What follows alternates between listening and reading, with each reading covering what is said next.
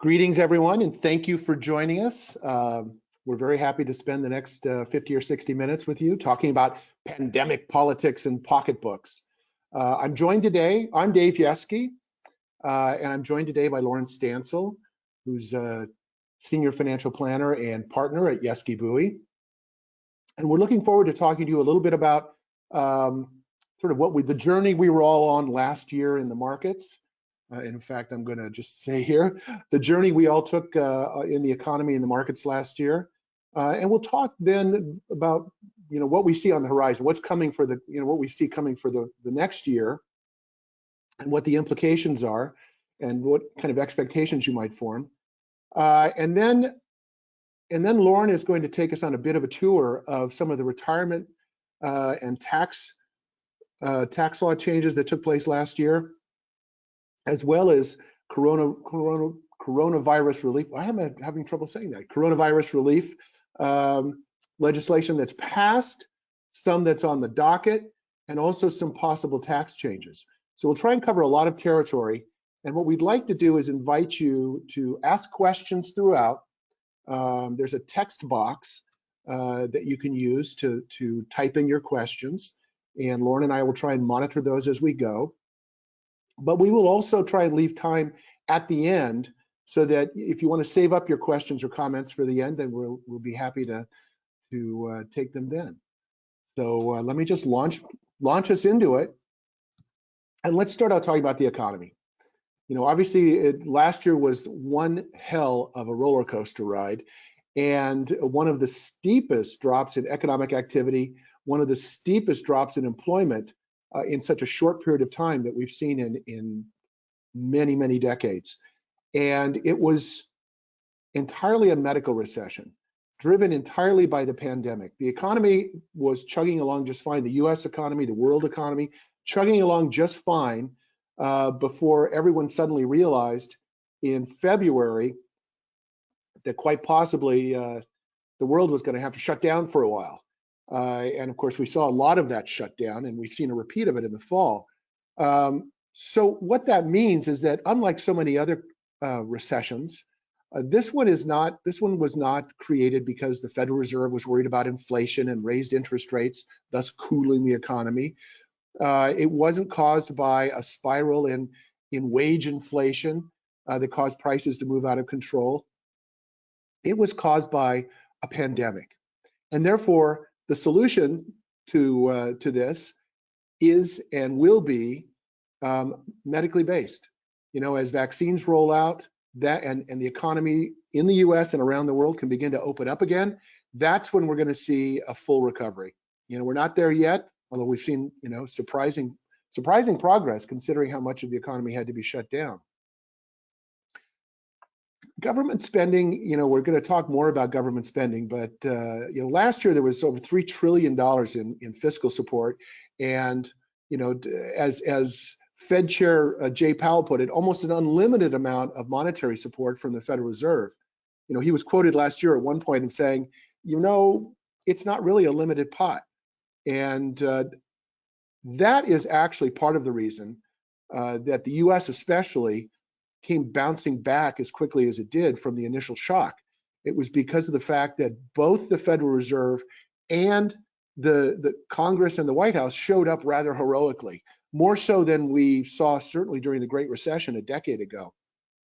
And those heroic responses, although they kind of stalled out, especially on the fiscal side, where Congress couldn't agree on a second, or I guess really it would be a third relief package until very late in the year.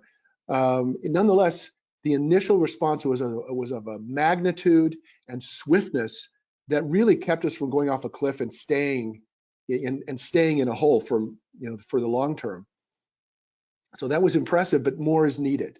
And you've heard a lot of that from the Biden administration. And again, in the second half of this webinar, we'll be talking much more about that. We'll also be talking about market valuations and what we can expect and what new trends seem to be emerging in the markets. Well, as I said a moment ago, this is a medical recession, and everything about the recovery is going to be driven by how quickly we get our arms around COVID-19. As you can see, daily new cases this was actually through yesterday. They've been rising dramatically through the fall. We saw them rise and then kind of flatten out in the summer at what seemed like high levels, and then we had that predicted second wave later in the fall and early winter, and you could see it surged dramatically and caused major shutdown in the economy, both in the U.S. and around the world. However, the other thing that's notable is, you can't read too much into this, but if you look at the 7-day rolling average here that I've highlighted, so far this year, the average number of new daily cases seems to be falling. Is this a trend that will continue? We can certainly hope. I am not an infectious disease epidemiologist, and I don't even play one on TV. But I do follow what they say very closely, and I do follow what's going on with the vaccines very closely. And personally, I'm optimistic. We've begun to see really dramatic rollouts worldwide. Of course, Israel is the success story. I think Israel in the next month or so is going to have 100% of the population vaccinated. If you look at, I didn't put the chart in here, but if you look at the charts by country, Israel's graph line is at the top of the chart, and everyone else is clustered at the bottom. So that was, in terms of just pure governmental logistics, that was truly a success story. But the reality is the vaccines are coming for everyone. The Biden administration was promising 100 million vaccinations in their first 100 days, which of course translates into a million vaccinations a day. And they got some pushback and challenges from the press, if nothing else, saying, well, wait a minute, it kind of looks like we're already at about 1 million a day. Surely you can do better. And they've since modified their projections, say, well, we think we can do 1.5 million a day, which would be 150 million over the next 100 days. And of course, at that point, you'd have about half the population vaccinated. And if the rates continue to rise and they can, I guess I heard a little while ago that there's even been a further statement saying that they thought by fall they could have 300 million. Well, that's like 90% of the US population. That would be fantastic. That's well beyond the minimum threshold for the so-called herd immunity. So, the late fall and early winter saw that pretty horrific second wave. But the trends look good. It seems like the vaccine rollouts are getting better and better by the day. And so I think we can be cautiously optimistic about how quickly the lockdowns can end this year. And I, for one, I have not been flying. I've not been in airports or airplanes since last March.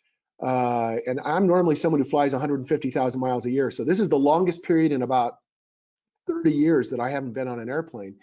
I can't wait to get vaccinated and roam the world again. And I can't wait to hug everyone, all of my friends and family. So I know we're all feeling the same way, this pent-up demand. And as Dr. Anthony Fauci says, this is the time, however, to stick to your disciplines and stay inside and wear a mask and social distance because we're so close. Don't give up now. All right, let's go back to the economy.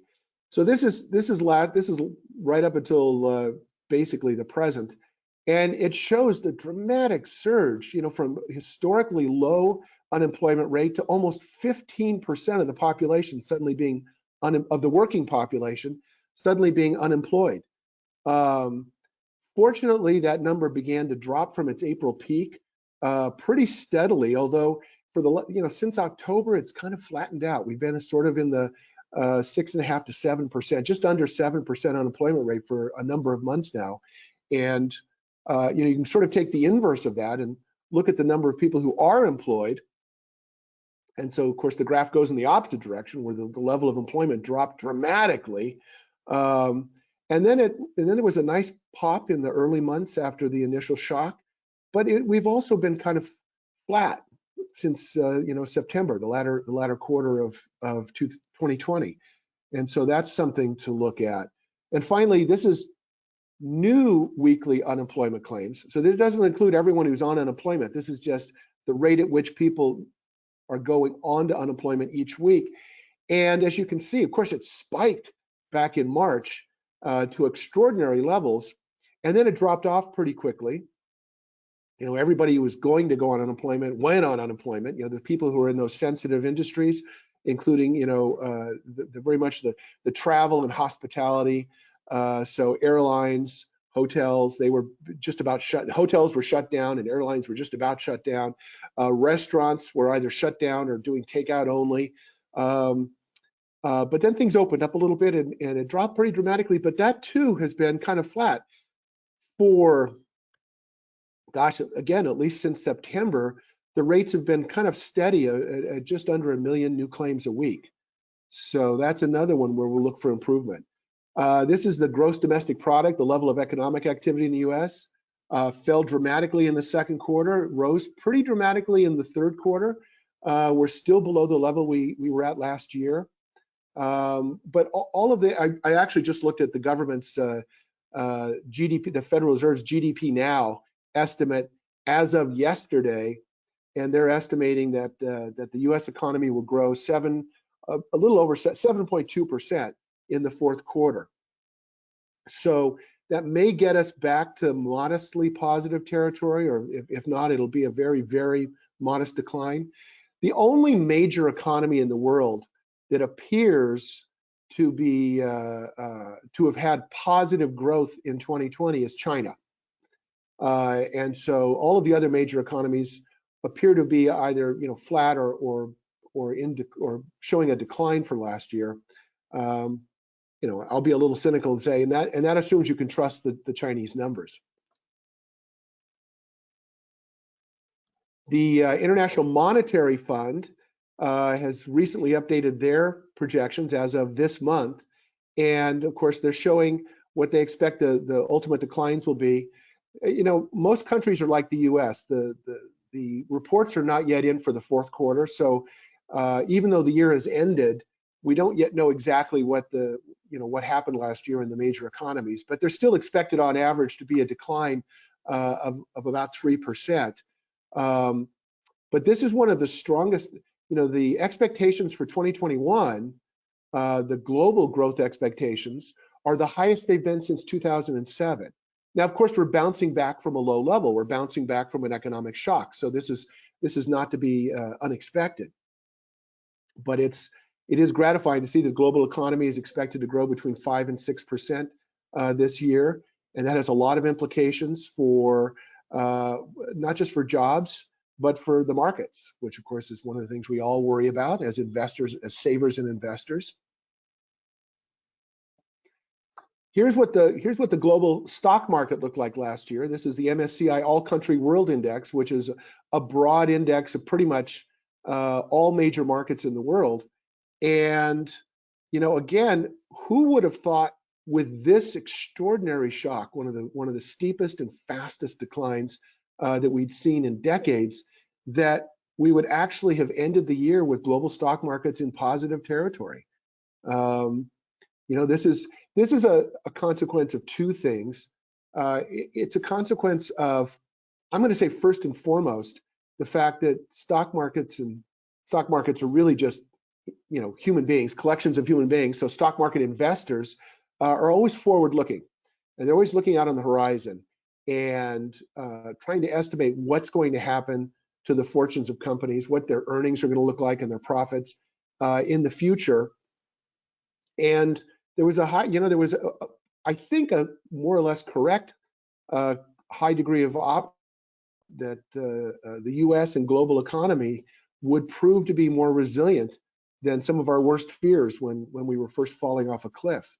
And so far, I think that optimism is proving to be accurate. So now let's look ahead at the current year, at 2021, and what's to come. If we look at the U.S., and I think a lot of this is repeated around the world, especially in the developed markets, the developed economies, what you'll see is that consumers actually have a lot of pent-up purchasing power.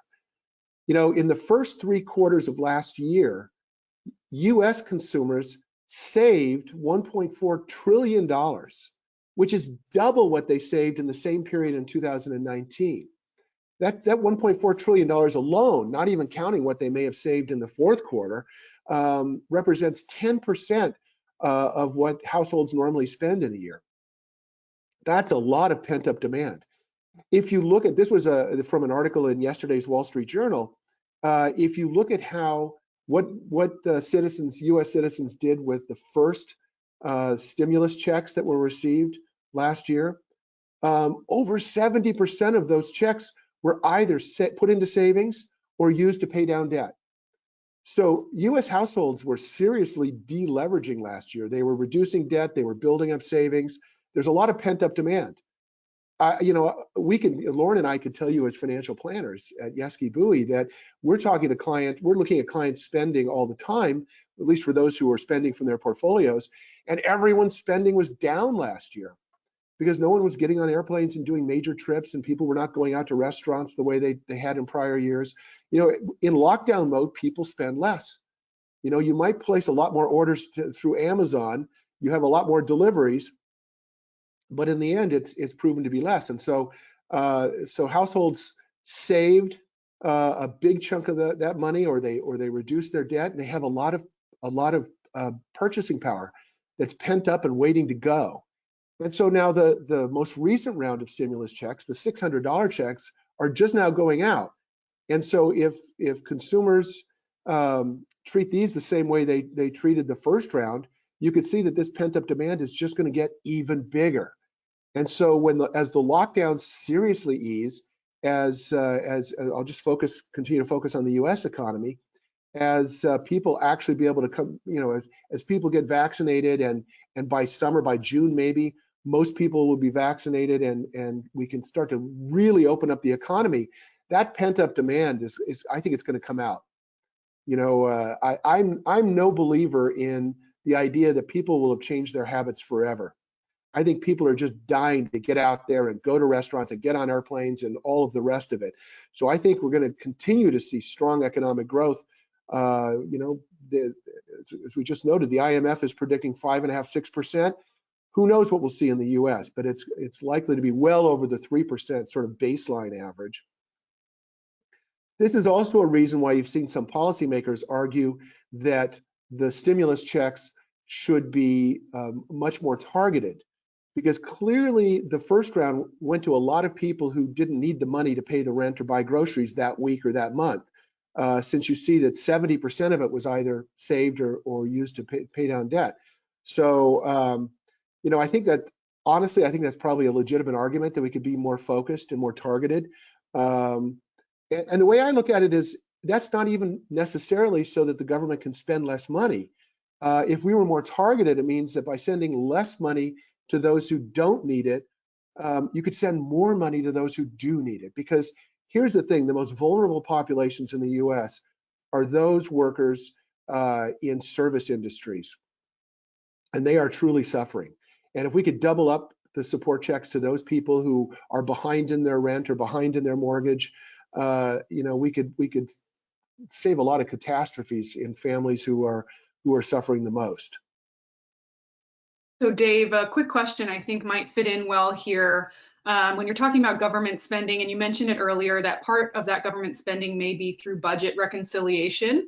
And we had a question come in from David, if you could explain budget reconciliation further.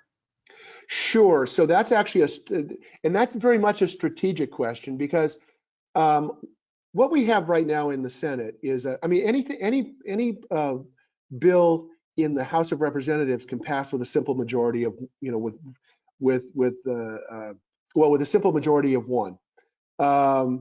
In the Senate, the so-called legislative filibuster is still in place. So the Senate right now is divided equally 50-50. The Democrats are considered the majority party because Vice President Kamala Harris, as president of the Senate, would cast the tie-breaking vote. So in a sense, it makes the Senate 51-50 in favor of the Democrats. But right now, the so-called legislative filibuster is still in place. And with the legislative filibuster in place, it means that you actually have to have 60 votes in the Senate in order to pass a bill under normal circumstances. And honestly, it could well happen, but I think the odds are against the Democrats doing away with the legislative filibuster. I know that President Biden is not particularly in favor of that.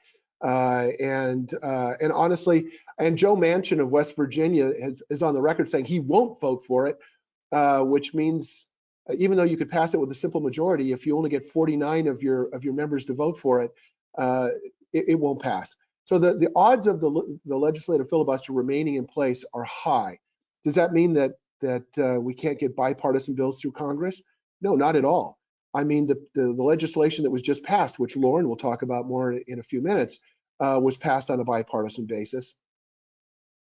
But what it does mean is that if you try and do something big and you can't do it on a bipartisan basis, there's only one other strategy, and that's budget reconciliation. You could only do it once or twice a year because it has to be related to the current budget. It has to be a bill that is related to the government, the federal government's budget. And so we have two shots this year. The Democrats have two shots this year. And what happens is the House will send a bill to the Senate, and under budget reconciliation rules, the Senate can essentially agree to that bill without making any modifications using this reconciliation process with a simple majority.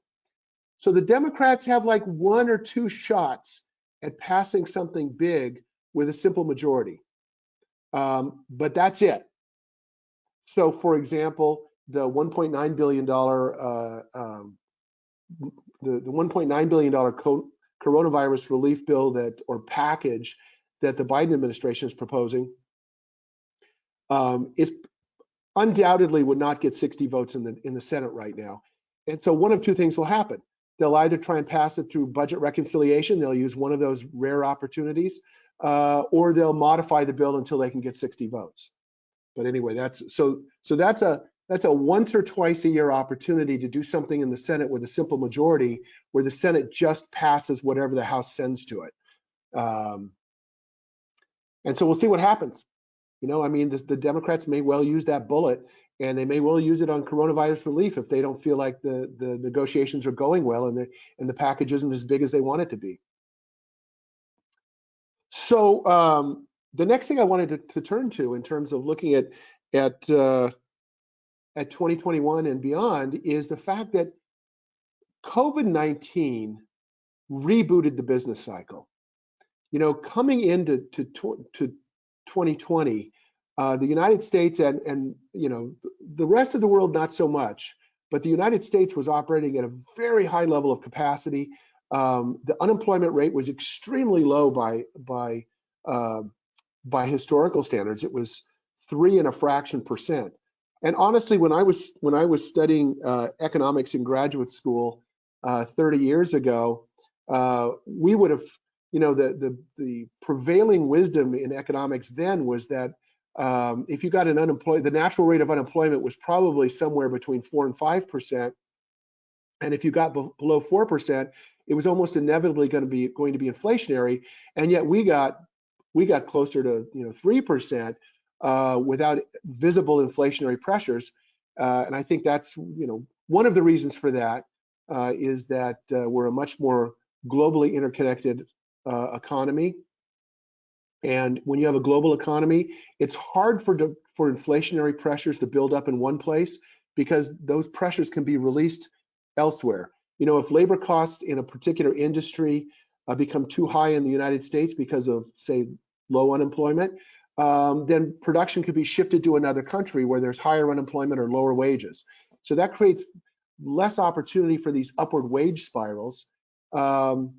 And also we have a savings glut, a global savings glut, because the world population is aging. And so people tend to save more than they consume. And that's another thing that tends to keep inflation down. So anyway, however, we had been at these really low levels of unemployment and high levels of utilization. And then suddenly, as you saw in those earlier graphs, and it's why I showed them, we had this huge shock to the system where unemployment soared to 15%, employment plummeted. And although we've recovered much of that, we're still now at an unemployment rate that's double what it was coming into this year. And so that means there's a lot of excess capacity. And we're also coming from a lower level of economic activity. So we have resource utilization in factories and industries. We have a lot more capacity to grow there. We have a lot more capacity to add more workers into the economy. And so we've had this reboot where it's shifted us to an earlier point in the so-called business cycle. And it means that there's more upside potential sort of from this point going forward. When you get a reboot like that, all of a sudden so-called cyclical stocks and industries start to look more attractive, because when a stock or a company or an industry is called cyclical, what it means is that it tends to be very sensitive to where you are in the business cycle. So when we suddenly get knocked back to an earlier stage in the business cycle where we're digging our way out of a hole, then these cyclical industries and stocks start to look attractive to investors. And that includes small company stocks and value stocks. Many economies overseas, and including in emerging markets, are much more cyclical. And so these are some trends that we've, as I'll discuss in a moment, we've already started to see these trends emerge, and there's every reason to believe they're going to continue in the coming year, with serious implications for, among other things, your portfolio. So Dave, we had one quick question come in here about what is the long-term ramification of foreign investment flowing to China instead of the US? I know you talked a little bit about China being a positive economy last year. Well, and the thing about, so first of all, there's I'm not sure the numbers I've seen suggest that there's been a major shift in foreign investment going to China in lieu of coming to the US. China is an interesting case in that in some ways it's setting itself up to be a low producing economy, because the Chinese government, through the Great Recession 10 years ago and in the years since, in order to try and sustain consistent high rates of growth in the economy overall, has tended to overinvest. And foreign investment there just piles onto the overinvestment that the government's made. You know, the government would do huge infrastructure projects where they would build airports that nobody flew to, and they would build, you know, high-speed rail that went to empty cities, and they would build, you know, they'd build industrial parks that remained empty. And when you overinvest, it juices up economic activity in the moment, but it makes it a low growth economy going forward. Subsequent investments tend to have a low return. And honestly, from the standpoint of foreign investors, China has stopped being the low-cost producer. Wages in China have grown. China has begun to look inward and focus more on so-called domestic demand, trying to build an economy that is less dependent on foreign sales and foreign investment. And as a consequence, a lot of that investment has moved to other countries, including other countries in Southeast Asia. You know, a lot of it has shifted to Vietnam. But I don't feel like the U.S. has seen a lot of shift away from investment here in favor of China. So that's kind of a long-winded and probably not very helpful answer, but we may come back to that later before we get to the end. So sticking with my theme about these shifts as a consequence of the business cycle being rebooted and some of the implications for the stock market, you know, I talked about value stocks being favored over growth on a forward-looking basis, and it's favored partly by the fact that the yield curve has started to tick up, and that actually favors value stocks. You know, the 10-year Treasury had gotten as low as, I think the lowest I saw was about 0.7% yield, and it's now up over 1%, 1.05%. Now, historically, that's still a pretty low number, but the trend is upward. Inflation is moving upward.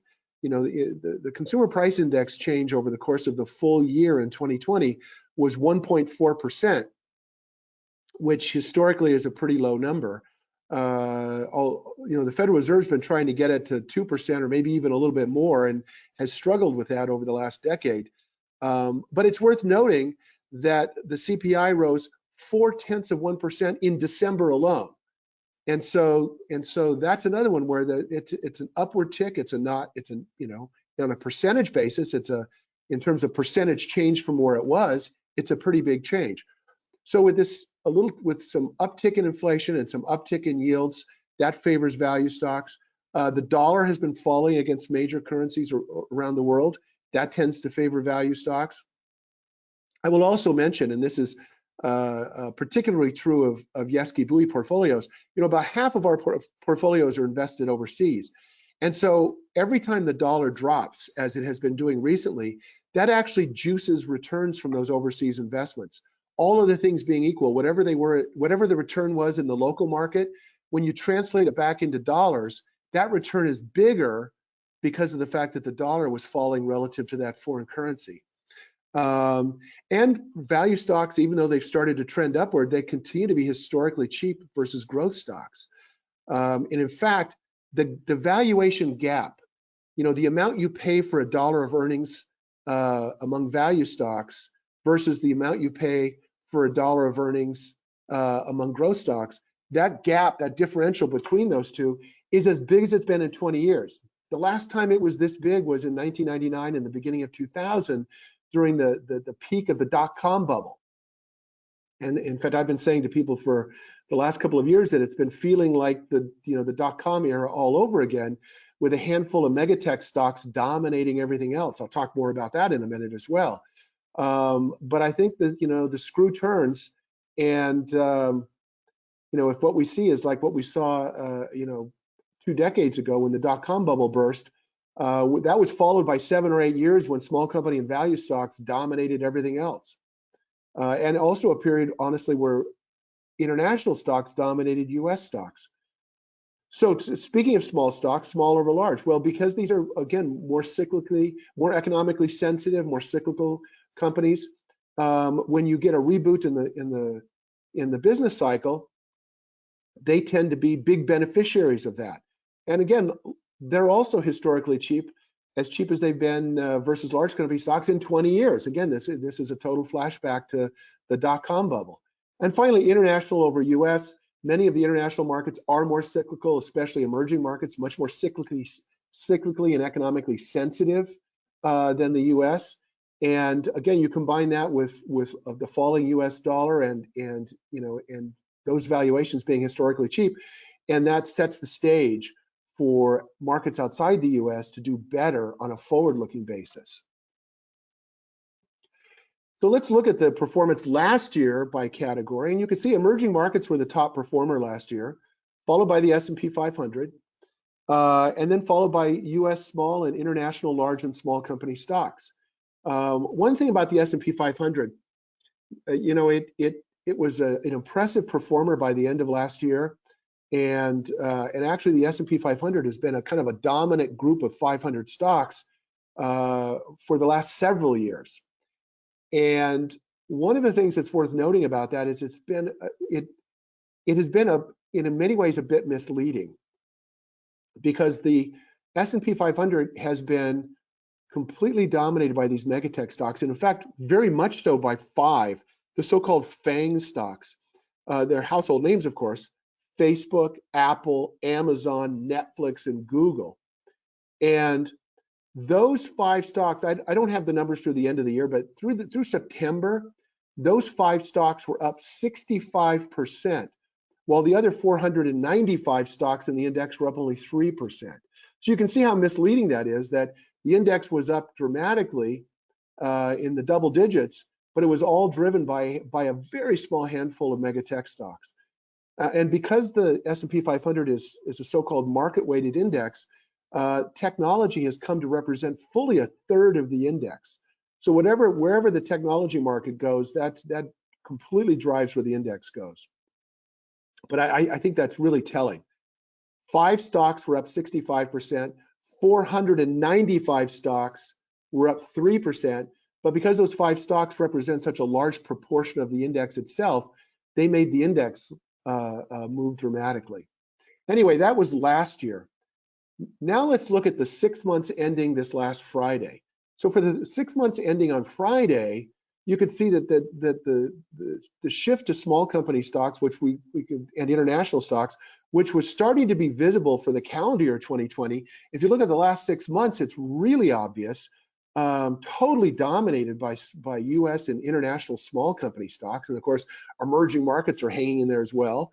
And again, why are emerging markets performing so well? It's because emerging markets are very cyclical. They're very economically sensitive. And so with the prospect of a rapid reopening in the US and global economy, emerging markets are going to be sensitive to that. Investors are going to be piling into that market as they have been. But you can see the last 6 months have been a very different world. And in fact, you can see the S&P 500 is pretty much just about at the bottom of the pack for the last 6 months, as sentiment has shifted dramatically towards more cyclical stocks, especially small company and value.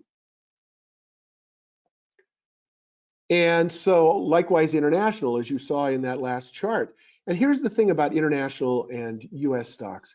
They regularly trade leadership. Historically, we go through extended periods where the US does better than international, and then leadership shifts because these trends never go on forever. They always reverse. The thing is that US and overseas markets regularly change leadership, but not in a predictable way. We can predict that leadership will change. We can't just say when. We happen to be at a period where, with a few exceptions along the way, the US market has dominated overseas markets for much of the last 10 years. Interestingly, for the 10 years before that, international markets dominated the US. The thing about this chart, by the way, is it just subtracts the returns to overseas markets from the return to the US market. And so the bars you're seeing are the difference in return. So if US markets did better, the bars on the top show that differential better performance. And if the bars are on the bottom, it means that the international markets did better than US by that amount. It doesn't mean anything was in the negative. It just means that the difference was in favor of one group versus the other. And what's interesting about that prior 10-year period, this was the 10 years following the dot-com meltdown, when I said that domestic and small company stocks and value stocks did better than growth stocks. And now you can see international stocks did better than US stocks. This was also the so-called lost decade. There were a lot of headlines during this time that talked about the lost decade, because at the beginning of 2010, the S&P 500 was at the same level it was at the beginning of 2000, 10 years previously. However, as you can see from this chart, it was not a lost decade if you were a global investor, because your international investments had a positive return during that period. And small company stocks, which are not included in the S&P 500, had very strong returns during this period, both US and overseas small company stocks. And so what's interesting is that at the beginning of 2010, you might have said, the S&P 500 has been flat for 10 years. There's no way I'm going to keep money there. Well, of course, if you'd moved out of it at that point, it would have been just in time to miss 10 years during which it did better than everything else. So this is how patient we have to be as investors to understand that these trends always reverse, just not in a predictable way. But there's reason to believe that we may be in the midst of one of those reversals. So now, not that we won't come back to the economy and the markets before we're done. We certainly have time at the end to talk about those more. I want to turn this over to Lauren to talk a little bit about the kind of legislation we had last year and what the implications were and are, and some of the things that have happened recently and some of the things that are on the horizon. And I reserve the right to interrupt her at any point. Thank you, Dave. All right, so to be sure that we've got time for questions, and I have one here that I will circle back for you, Dave, at the end. I will go through, obviously a lot happened in 2020, there's a lot to come, but I'll just focus on a few things, and then I've written some pieces in the digest that dive further into these if you want to dig deeper, or you can always reach out and we can have a conversation. So the first thing that happened in 2020 was the Secure Act. This was actually in discussions in 2019, totally pre-pandemic. It was planned to happen before the pandemic hit us. And I'll say the biggest two here really were that RMDs, so required minimum distributions from retirement accounts, were delayed to start at age 72. That age used to be 70 and a half, and so it gives an extra year and a half before you are required to start taking distributions from your retirement accounts. And another big one is the new rules for beneficiaries of IRAs. So when a decedent passes away and the beneficiaries inherit their IRAs, in the past, most people, and in most cases, could stretch the required minimum distributions out over their life expectancy. which means if a young person inherited an IRA from someone, they had very small distributions each year because they had a very long life expectancy. And that has now changed. There are still eligible designated beneficiaries that can continue to stretch that out. Those are spouses, minor children of the decedent, those who are chronically ill or disabled, and those who are not 10 years younger than the decedent. Everyone else is now considered a non-eligible designated beneficiary and must distribute the full amount of that IRA by the end of the 10th year after the person's death. So it's a big change, but it still provides quite a lot of time for planning. It gives you 11 whole tax years that you can plan to take distributions. There are no actual required minimum distributions each year. The only requirement is that the full account is distributed by the end of the 10th year. So again, a lot of opportunity for planning there, but it is a big change, and it is something that we are doing a thorough review for all beneficiary designations on IRAs for our clients to see who falls into this new rule, and then to make sure we're keeping that in mind for potential planning purposes. You can see a couple others here. IRA contributions are now allowed if you are older than 70 and a half, as long as you have earned income. 529s can be used to pay off up to $10,000 of student loan debt for the beneficiary of that 529 account. And the kiddie tax has reverted back to the old rules. So with the Tax Cut and Jobs Act in 2017, kiddie tax was now at the trust tax rates, which hit the max rate of 37% after only $14,000 of income. Now that has reverted back to the rules where the kiddie tax is now taxed at the parent's top tax rate. And so a married filing joint couple doesn't hit that 37% until over $600,000 of income. So again, a lot happened in the Secure Act. This happened in January of 2020. There were changes to be made. And then the coronavirus came, and there's been a lot of legislation since then. So the next one is the CARES Act, and this was the first coronavirus stimulus bill. This was a $2 trillion stimulus bill, and we refer to it as stimulus, but I know Dave and others have referred at the time. It really wasn't stimulus, it was life support for the economy and what was going on. Again, a lot happened here, and I'll actually talk about a few of these in later slides that have been extended. So I'll focus only on a couple. The biggest one, we just talked about required minimum distributions. RMDs were completely eliminated in 2020. So for any of our clients who are subject to RMDs, we did reach out during the year whether the RMDs were the main source of spending. So of course, those clients continue to take those RMDs and spend the money they worked hard to save to support them. But for clients where maybe the retirement accounts are just a portion of the portfolio and the RMD is not needed, we recommended leaving it or rolling it back in if it had already been distributed. One thing I will note is that there has been no indication of RMDs being eliminated again in 2021, especially with how well the market has performed recently. So we, and by we I really mean the experts we're constantly listening to, don't expect to see that again in 2021. The first stimulus payments went out, the recovery rebates, $1,200 per person. Dave shared some information about those. And then we had the Paycheck Protection Program, the PPP, and I will actually talk a little bit more about this as it has been extended. You can see there are a lot of different small business and unemployment benefits. This was, again, life support for small businesses, for the economy, to keep people on payroll at small businesses, to keep those who lost their jobs with having income and able to survive and pay their bills. So that was the expanded unemployment assistance. There were also coronavirus-related distributions from IRAs. So these were penalty-free distributions allowed for anyone of any age who was directly affected monetarily by coronavirus. This was up to $100,000 you could take out of your IRA with no penalty and either treat it as taxable income over 3 different tax years or roll it back in and treat it as if you never took it out over 3 tax years. Again, that was only for the 2020 tax year. Student loan payments were suspended for a time and then have now been extended 3 more times. Again, we'll talk about that in the current extension. And then charitable deductions, there were some special rules made for the 2020 tax year. Anyone who doesn't itemize their deductions, or in other words, takes the standard deduction, was allowed a $300 above the line deduction directly from income for cash given to charity. And they actually extended or increased the limit for cash contributions if you do itemize, that you could give contributions up to 100% of your adjusted gross income in 2020, and thereby fully eliminate your taxable income. Now, that may not be a wise planning strategy. That's something that would require lots of tax projections and consideration for future years, but it was a possibility as part of the CARES Act. Then in late 2020, we had the Consolidated Appropriations Act. So this was $2.3 trillion of stimulus, except 900 billion of that went to stimulus. The rest went to government fiscal spending.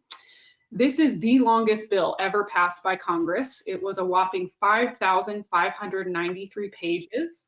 Thank goodness there are experts out there who combed through all of it and put together some very thorough and long, but nowhere near as long summaries for us to read up on and learn more about.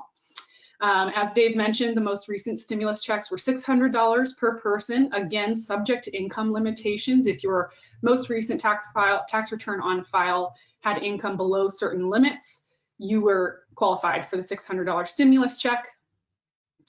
We have some questions coming in. I will come to those. The PPP, Paycheck Protection Program. So these are loans for small businesses and self-employed individuals. The PPP is back. And you can see here 1.0 and 2.0. So for small businesses and self-employed individuals who did not apply or did not receive a PPP loan under the initial program, they can again apply under that initial program. So that's 1.0. For small businesses who already received and have spent their initial PPP loan, they can again apply. They're called a second draw loan. So that's the PPP 2.0. And there is an additional requirement. These businesses must be able to prove that they had quarterly revenue drop by 25% for one quarter in 2020 as compared to the same quarter in 2019.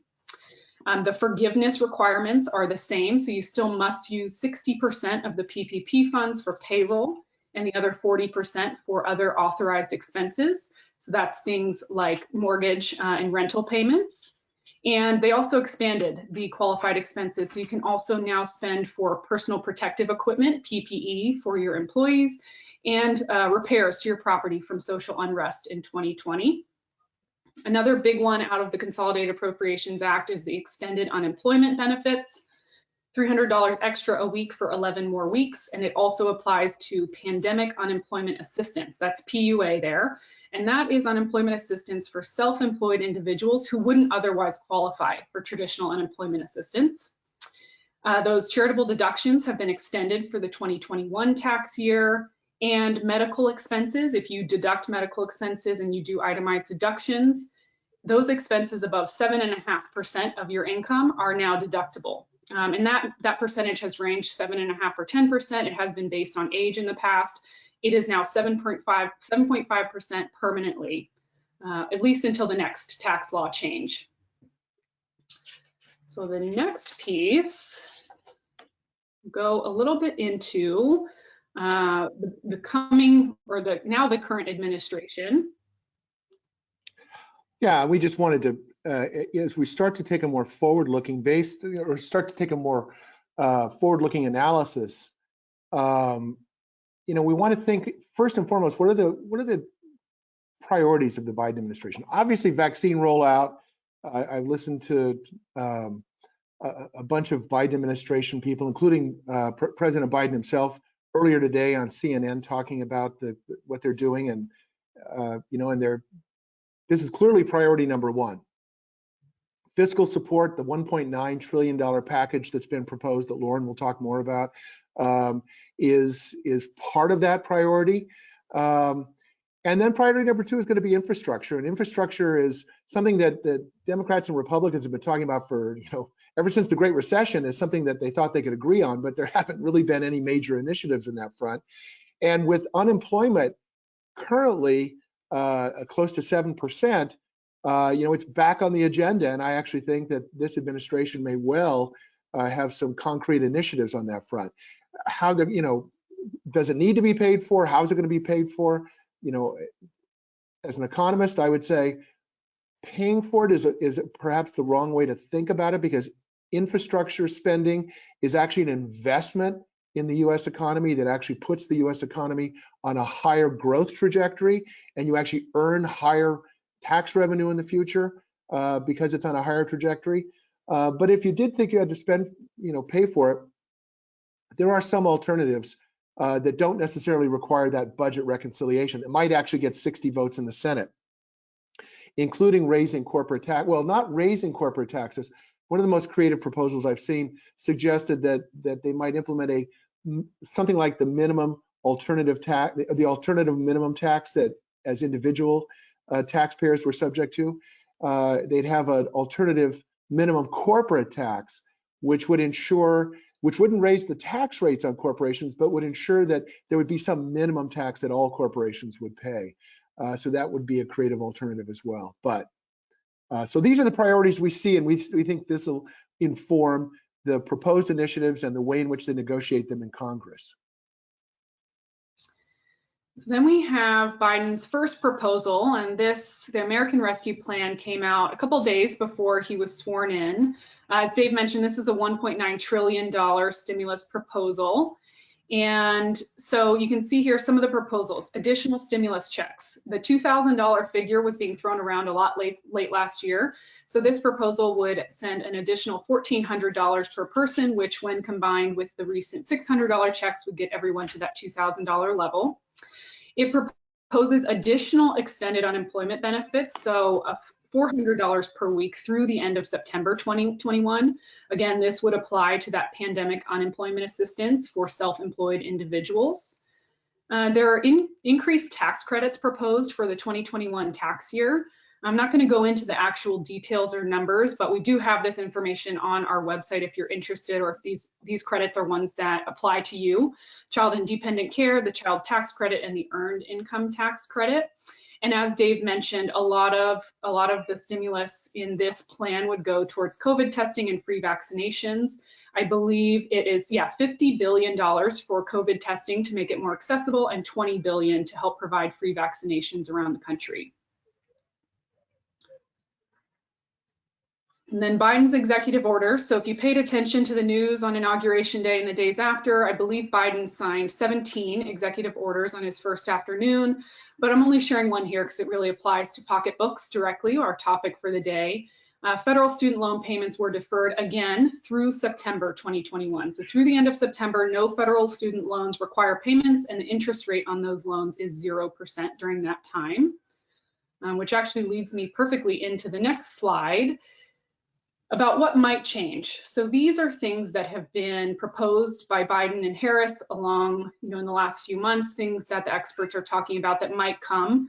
But again, it remains to be seen what will actually pass, given what Dave was sharing about budget reconciliation and potentially passing things through that way versus getting the full majority votes needed. So speaking of student loans, there is a pretty high likelihood, according to experts, that $10,000 worth of federal student loans may be forgiven in 2021. And so because there are no payments due right now and the interest rate is 0, those loans are not accruing interest during this time.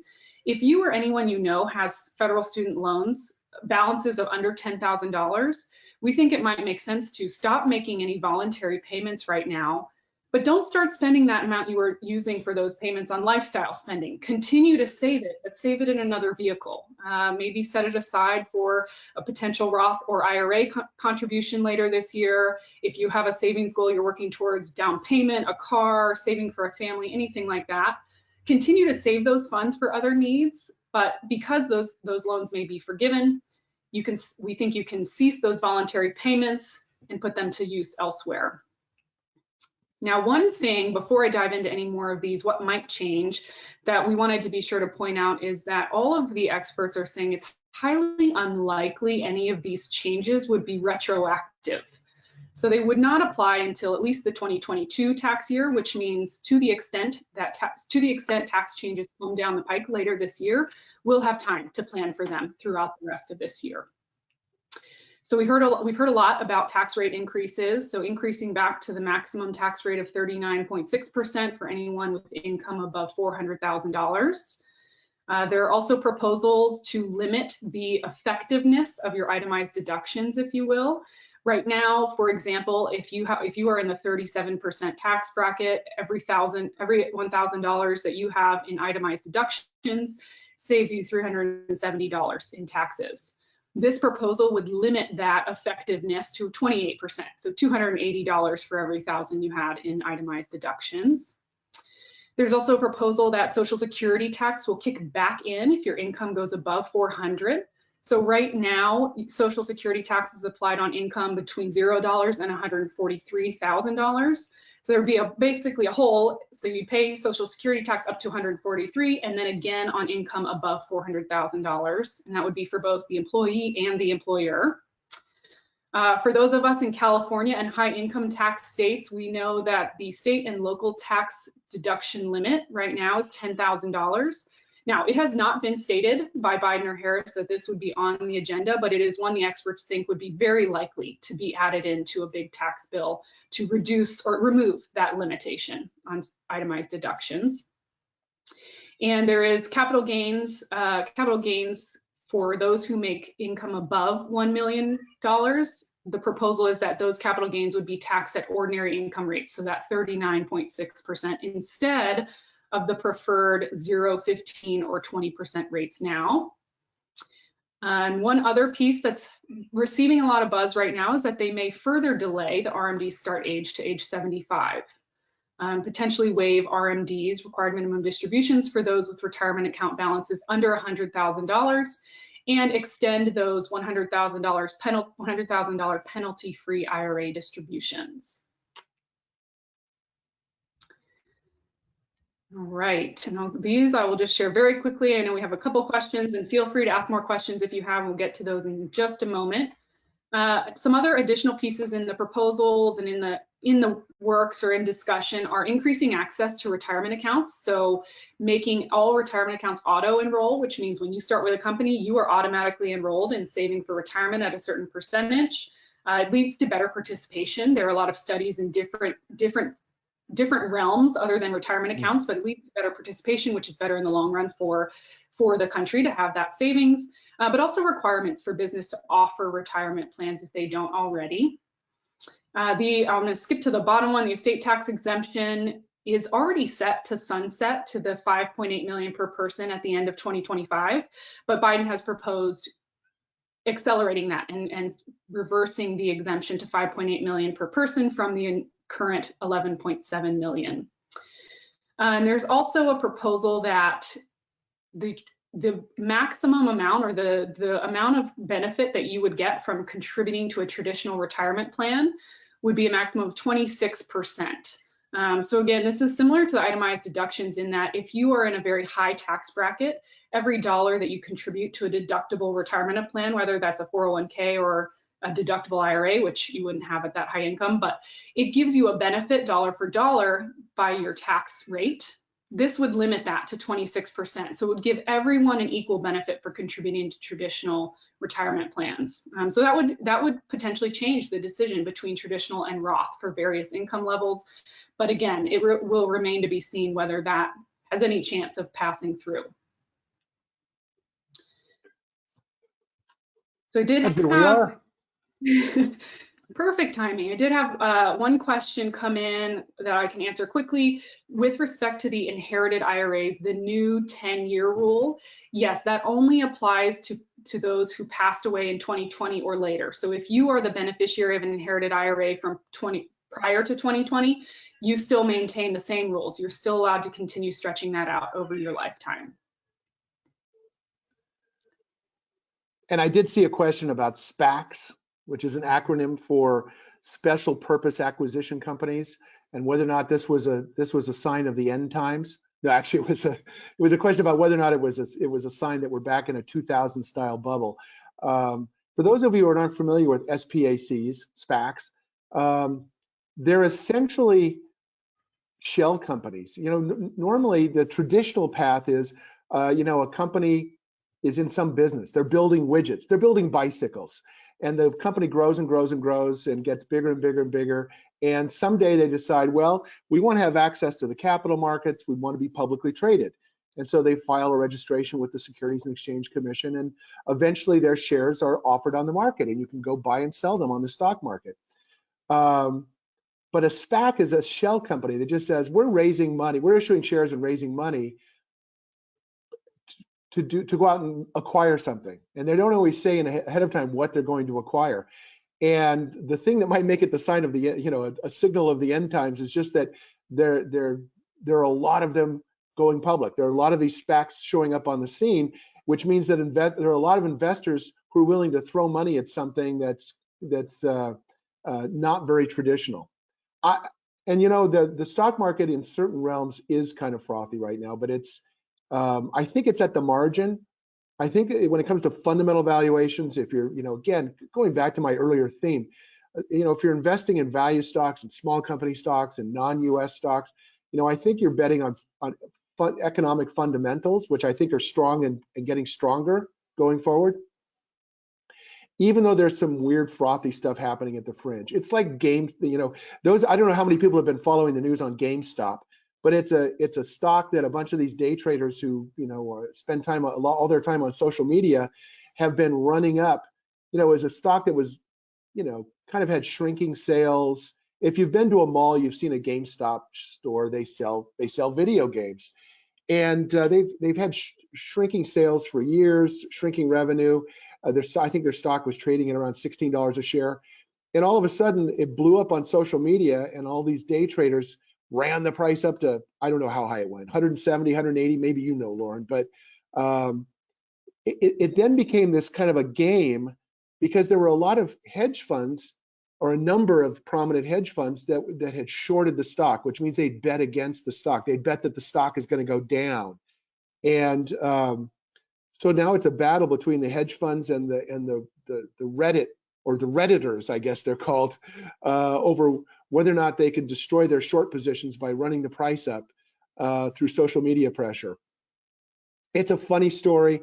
Lauren pointed out to me before the webinar began that she looked it up, and our clients actually indirectly own some GameStop. You hold it in your DFA US small and US small value and US microcap portfolios. So you own a little bit of this GameStop.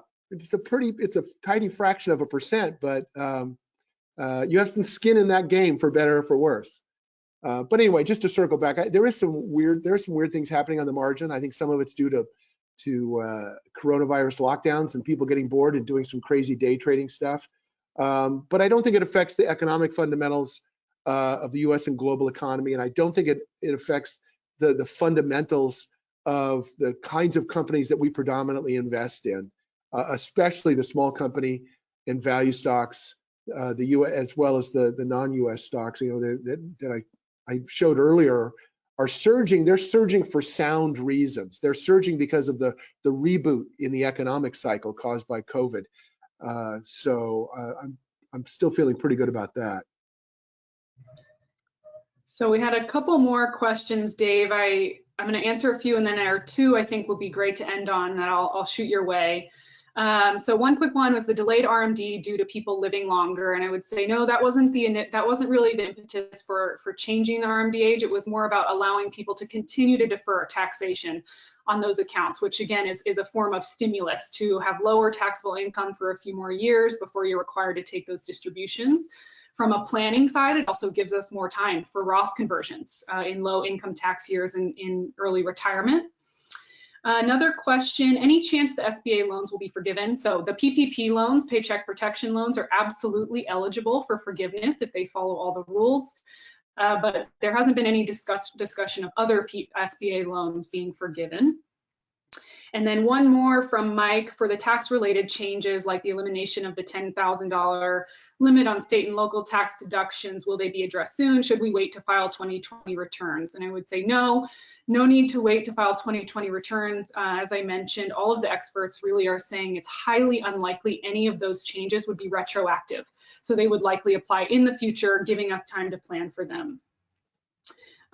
So the final one, two questions here. One that I think will be quick and then a great one to end on, Dave, One is, what are your thoughts on the crazy fluctuation on Bitcoin? And then the final, we'll do that one, and I'll ask you one final one after that.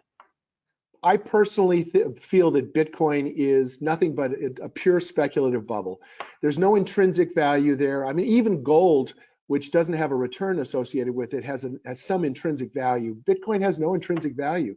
You know, there was someone as a joke created another cryptocurrency called Dogecoin, Dogecoin, Dogecoin. He did it as a joke, and he woke up one day months later and it had a market value of $700 million. I mean, these things have nothing backing them up.